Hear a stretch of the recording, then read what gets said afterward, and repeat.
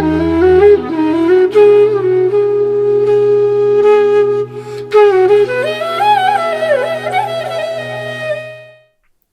शांति। आज है 19 फरवरी। सुनते हैं प्यारे बाबा के आज के साकार मधुर महावाक्य। बाबा कहते हैं, मीठे बच्चे, मैं सदा वाणी से परे हूँ।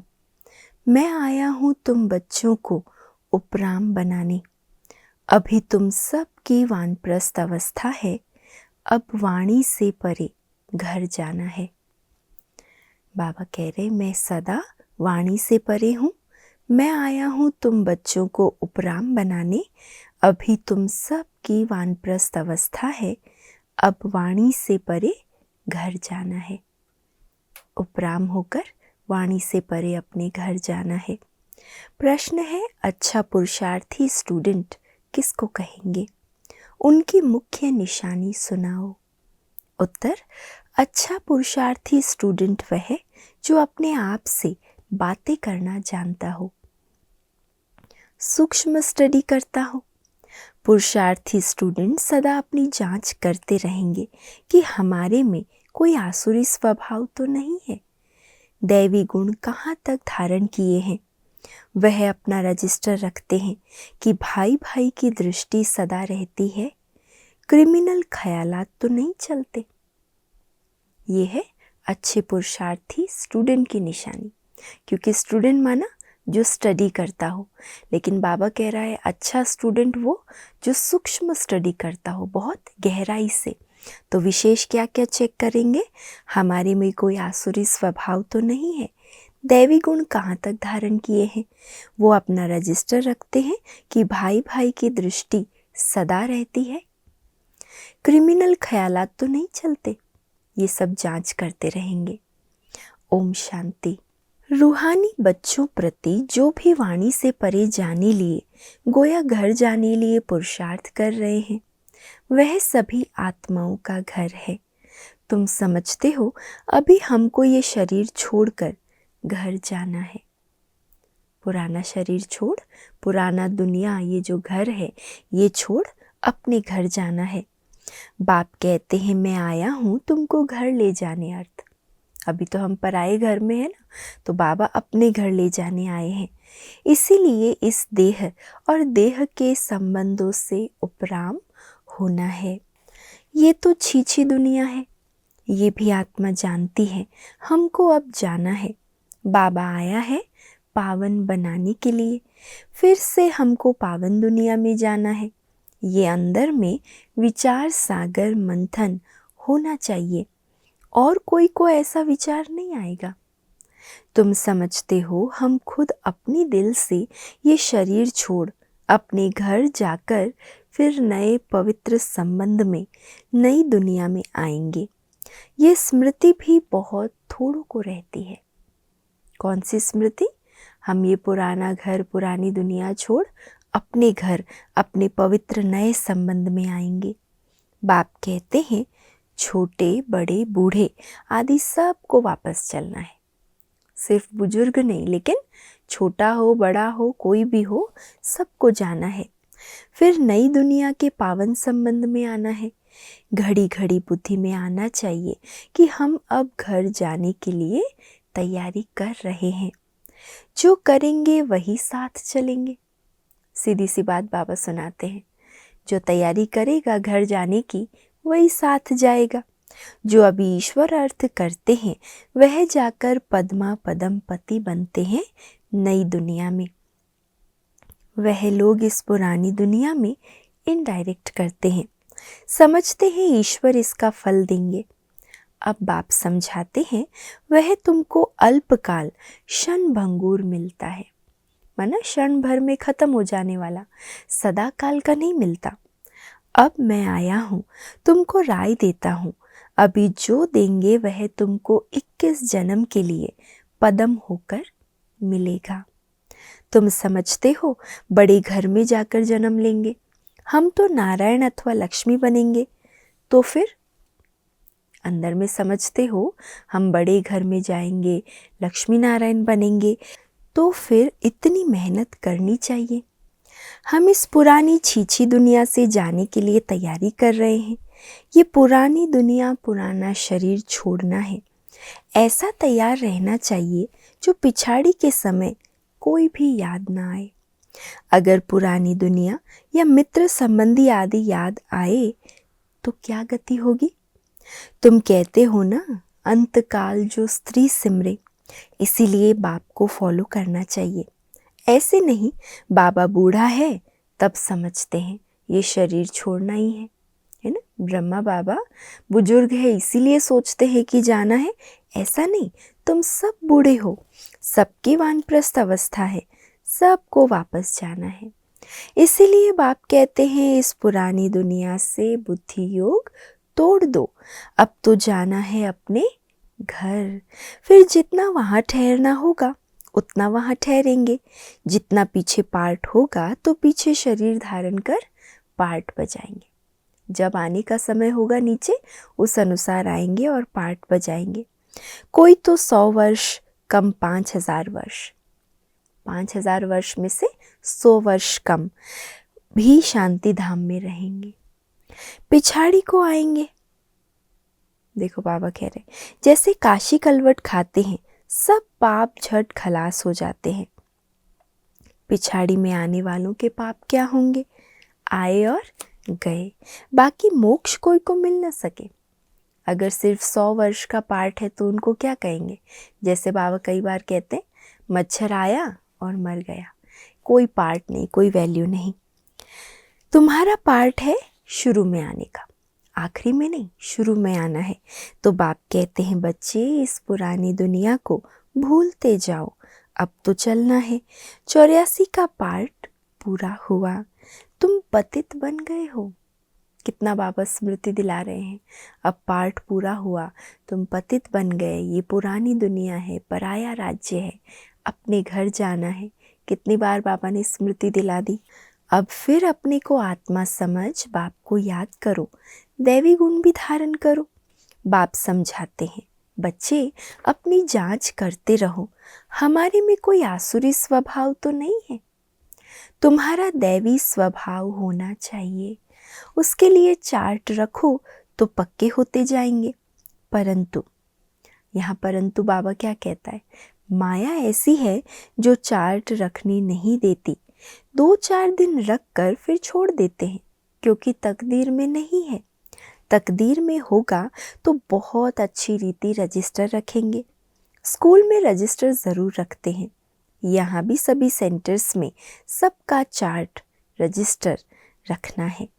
फिर देखना है, हम रोज़ जाते हैं, देखना भी है, रखा तो सही चार्ट, लेकिन उसको फिर चेक भी करते रहना है।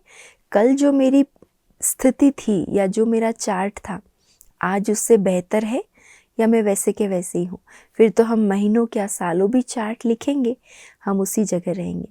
अपनी प्रोग्रेस को भी चेक करना है। यहाँ भी सभी सेंटर्स में सबका चार्ट रजिस्टर रखना है। फिर देखना है, हम रोज़ जाते हैं, दैवी गुण धारण करते हैं, भाई बहन के संबंध से भी ऊंचा जाना है। सिर्फ रूहानी दृष्टि भाई भाई की चाहिए।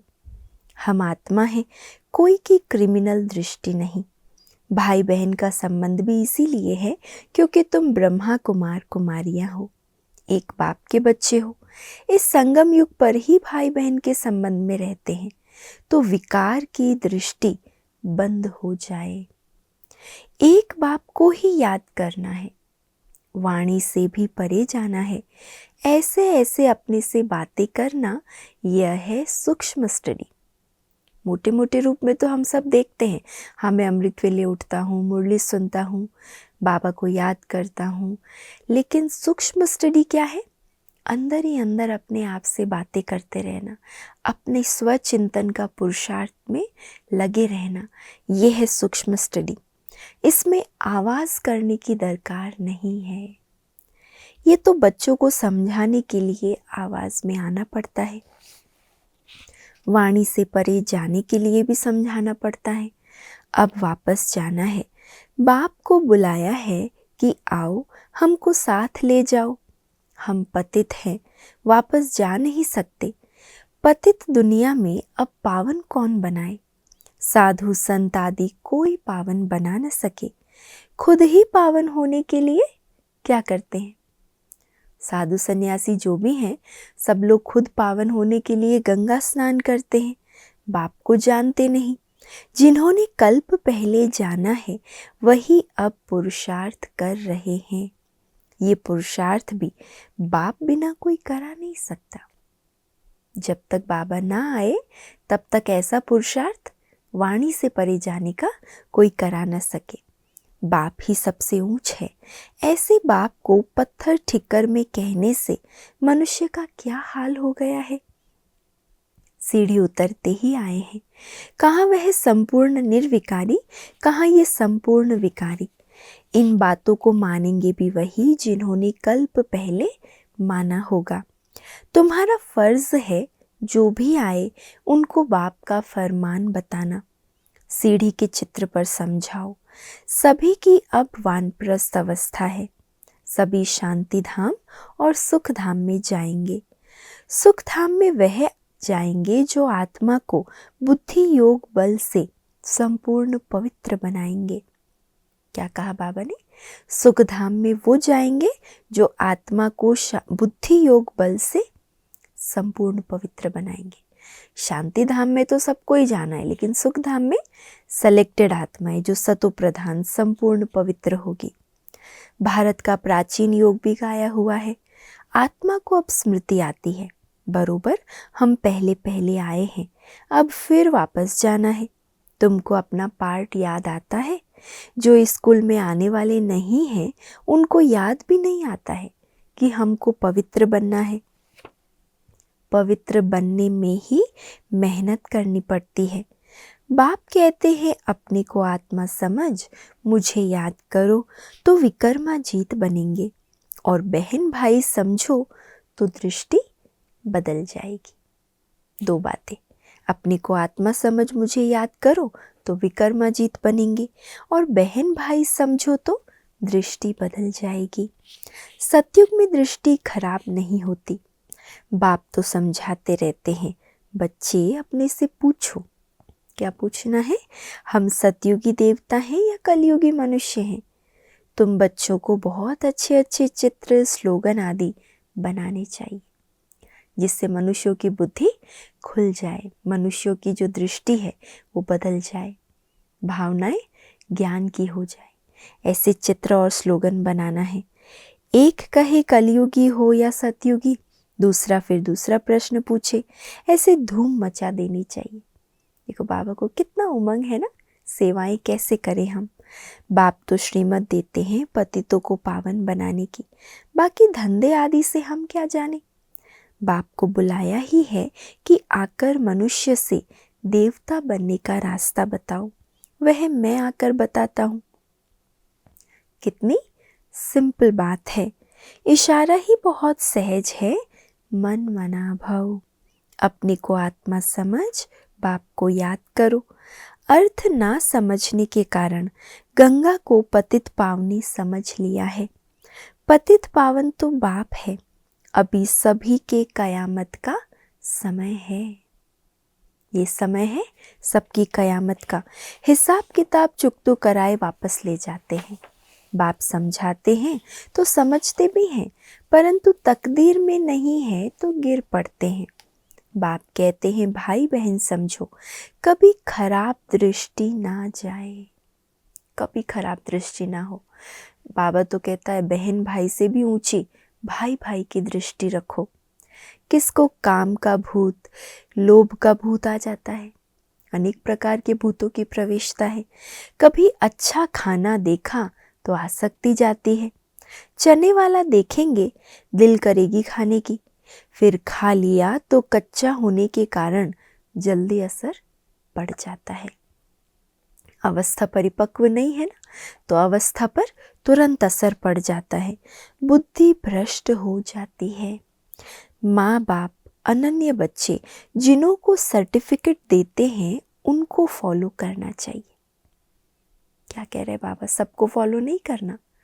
बाबा ने जिनको सर्टिफिकेट दिया है, मम्मा बाबा हमारी दादियाँ, जो अनन्य महारथी बच्चे हैं उन्हों को फॉलो करना चाहिए। यज्ञ का जो मिले वह मीठा समझकर खाना चाहिए। जो भी यज्ञ से मिले, है ना, इस बात में कई बार हम थोड़ा ढीले हो जाते। यज्ञ से जो मिले, जैसा मिले, वो कभी कभी स्वीकार नहीं करते।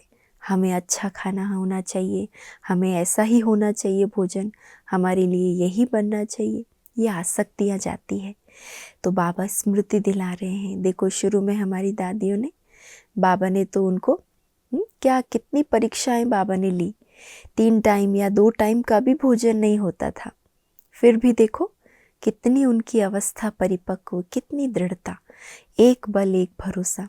तो देखो वो दादियाँ आज कहाँ पहुँच गई। तो बाबा इसलिए कहते हैं यज्ञ का जो मिले वो मीठा समझकर खाना चाहिए। जबान ललचाई मान नहीं करनी है, योग भी चाहिए। योग नहीं होगा तो कहेंगे फलानी चीज़ खानी चाहिए, नहीं तो बीमार पड़ जाएंगे, ये सब बातें आएंगी, ये है व्यर्थ। बाबा तो कहता है योग में रहकर आप सूखी रोटी भी खाओगे ना तो 56 प्रकार के भोजन का काम करेगी, लेकिन योग में कच्चे हैं तो फिर बुद्धि सारा दिन खाने पीने में लगी रहती है। ये खाएंगे तो हेल्दी रहेंगे, ये नहीं खाएंगे तो बीमार पड़ जाएंगे। बुद्धि में रहना चाहिए हम आए हैं देवता बनने के लिए, अब हमको वापस घर जाना है, फिर बच्चा बनकर माँ की गोद में आएंगे। माता का जो खान पान होता है उसका असर बच्चे पर भी पड़ता है। वहाँ ये कुछ भी बातें होती नहीं, वहाँ सब कुछ फर्स्ट क्लास होगा। हमारे लिए माता खाना आदि भी फर्स्ट क्लास खाएगी जो हमारे पेट में आएगा, वहाँ तो है ही फर्स्ट क्लास। जन्म लेने से ही खान पान सब शुद्ध होता है, तो ऐसे स्वर्ग में जाने की तैयारी करनी चाहिए। यहाँ में हम लगे रहें यहाँ के कारोबार में, ऐसी तैयारी नहीं। सतयुग में जाने की तैयारी करो, यहाँ ज़्यादा विस्तार नहीं फैलाओ, यहाँ तो जो विस्तार किया है उसको समेटने का समय है। बाप को याद करना है, बाप आकर रिजुवनेट करते हैं। वो लोग तो बंदर के ग्लांस मनुष्य में डालते हैं, समझते हैं हम जवान हो जाएंगे, जैसे हार्ट नहीं डालते हैं। बाप कोई हार्ट नहीं डालते, बाप तो आकर चेंज करते हैं, माना रिजुवनेट। बाकी ये सब है साइंस, बॉम्ब आदि बनाते हैं, ये तो दुनिया को ही खलास करने की चीज़ें हैं। तमो प्रधान बुद्धि है ना, वो तो खुश होते हैं कि ये भी भावी बनी हुई है। बॉम्ब्स ज़रूर बनने ही है। शास्त्रों में फिर लिखा हुआ है, पेट से मुसल निकले फिर यह हुआ। अब आपने समझाया है ये सब भक्ति मार्ग की बातें हैं, राजयोग तो मैंने ही सिखाया था। वह तो एक कहानी हो गई जो सुनते सुनते ये हाल हो गया है। अभी बाप सच्ची सत्यनारायण की कथा, तीजरी की कथा, अमरनाथ की कथा सुना रहे हैं। इस पढ़ाई से तुम ये पद पाते हो। बाकी श्री कृष्ण आदि तो है नहीं, जो दिखाया है स्वदर्शन चक्र से सबको मारा। मैं तो सिर्फ राजयोग सिखलाकर पावन बनाता हूँ, हम तुमको स्वदर्शन चक्रधारी बनाते हैं। उन्होंने फिर श्री कृष्ण को चक्र आदि दिखाया है। स्वदर्शन चक्र फिराएंगे कैसे? जादू की थोड़ी बात है, ये तो सब ग्लानी है ना, सो भी आधा कल्प चलती है। कैसा वंडरफुल ड्रामा है। अभी छोटे बड़े सबकी वानप्रस्थ अवस्था है। अब हमको जाना है, इसीलिए बाप को याद करना है। बस एक ही धुन लगी रहे, अब हमको वापस जाना है, इसीलिए बाबा को याद करना है। जाना है और याद करना है, दूसरा कुछ भी याद ना आए। ऐसी अवस्था हो तब ऊंच पद पा सको। अपनी दिल से पूछना चाहिए हमारा रजिस्टर कहाँ तक ठीक है। रजिस्टर से चलन का मालूम पड़ेगा, रेगुलर पढ़ते हैं या नहीं। रजिस्टर से ही तो जांच कर सकेंगे ना। कई तो झूठ भी बोल देते हैं। बाप कहते हैं सच बताओ, नहीं बताएंगे तो तुम्हारा ही रजिस्टर खराब होगा। भगवान से पवित्र बनने की प्रतिज्ञा कर फिर तोड़ते हो तो तुम्हारा क्या हाल होगा, जरा विचार करना चाहिए। भगवान से प्रतिज्ञा कर तोड़ दी तो क्या हाल होगा। विकार में गिरे तो खेल खलास, पहला नंबर दुश्मन है देह अभिमान, फिर काम, क्रोध। देह अभिमान में आने से ही वृत्ति खराब होती है। इसीलिए बाप कहते हैं देही अभिमानी भव। अर्जुन भी यह है ना, श्री कृष्ण की ही आत्मा थी। अर्जुन नाम है थोड़ी, नाम तो चेंज होता है जिसमें प्रवेश करते हैं। मनुष्य तो कह देते हैं ये झाड़ आदि तुम्हारी कल्पना है। मनुष्य जो कल्पना करे वह देखने में आता है। तुम बच्चों को बहुत खुशी होनी चाहिए। अब हम जाकर स्वर्ग में छोटे बच्चे बनते हैं, फिर नाम रूप देश काल सब कुछ नया होगा। ये बेहद का ड्रामा है, बनी बनाई बन रही, होना ही है, फिर हम चिंता क्यों करें। ड्रामा का राज अब तुम बच्चों की बुद्धि में है और कोई नहीं जानते सिवाय तुम ब्राह्मणों के। दुनिया में इस समय सब पुजारी हैं। जहाँ पुजारी है वहाँ पूज्य एक भी हो नहीं सकता। पूज्य होते ही हैं सतयुग त्रेता में, कलयुग में है पुजारी। फिर तुम अपने को पूज्य कैसे कहला सकते हो। पूज्य तो देवी देवताएं ही है, पुजारी है मनुष्य। मूल बात बाप समझाते हैं, पावन बनना है तो माँ में कम याद करो। ड्रामा अनुसार जिसने जितना पुरुषार्थ किया होगा उतना ही करेंगे। ड्रामा अनुसार जिसने जितना पुरुषार्थ किया होगा उतना ही करेंगे। अच्छा, मीठे मीठे सिकिलधे बच्चों प्रति माता पिता बाप दादा का याद प्यार और गुड मॉर्निंग। रूहानी बाप की रूहानी बच्चों को नमस्ते और हम सब रूहानी बच्चों की रूहानी माता पिता बाप दादा को याद प्यार, गुड मॉर्निंग और नमस्ते। धारणा के लिए आज का मुख्य सार है, पहला, अपनी पढ़ाई का रजिस्टर रखना है। आज बाबा ने ध्यान दिलाया ना, बहुत अटेंशन देना है, सूक्ष्म स्टडी करना है, अपनी पढ़ाई का रजिस्टर रखना है, अपना चार्ट देखना है कि हमारी भाई भाई की दृष्टि कहाँ तक रहती है। भाई बहन से भी ऊंची भाई भाई की दृष्टि, हमारा दैवी स्वभाव बना है। दूसरा, अपनी ज़बान पर बहुत कंट्रोल रखना है।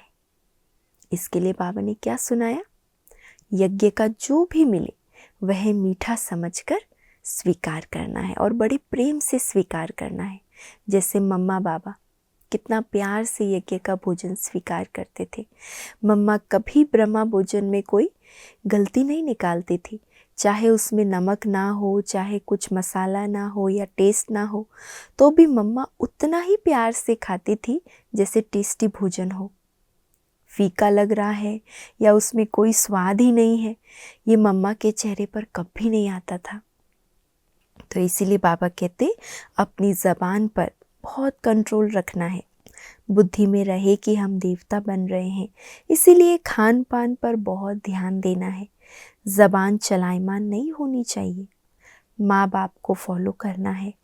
आज का वरदान है, परखने की शक्ति द्वारा बाप को पहचान कर अधिकारी बनने वाले विशेष आत्मा भव।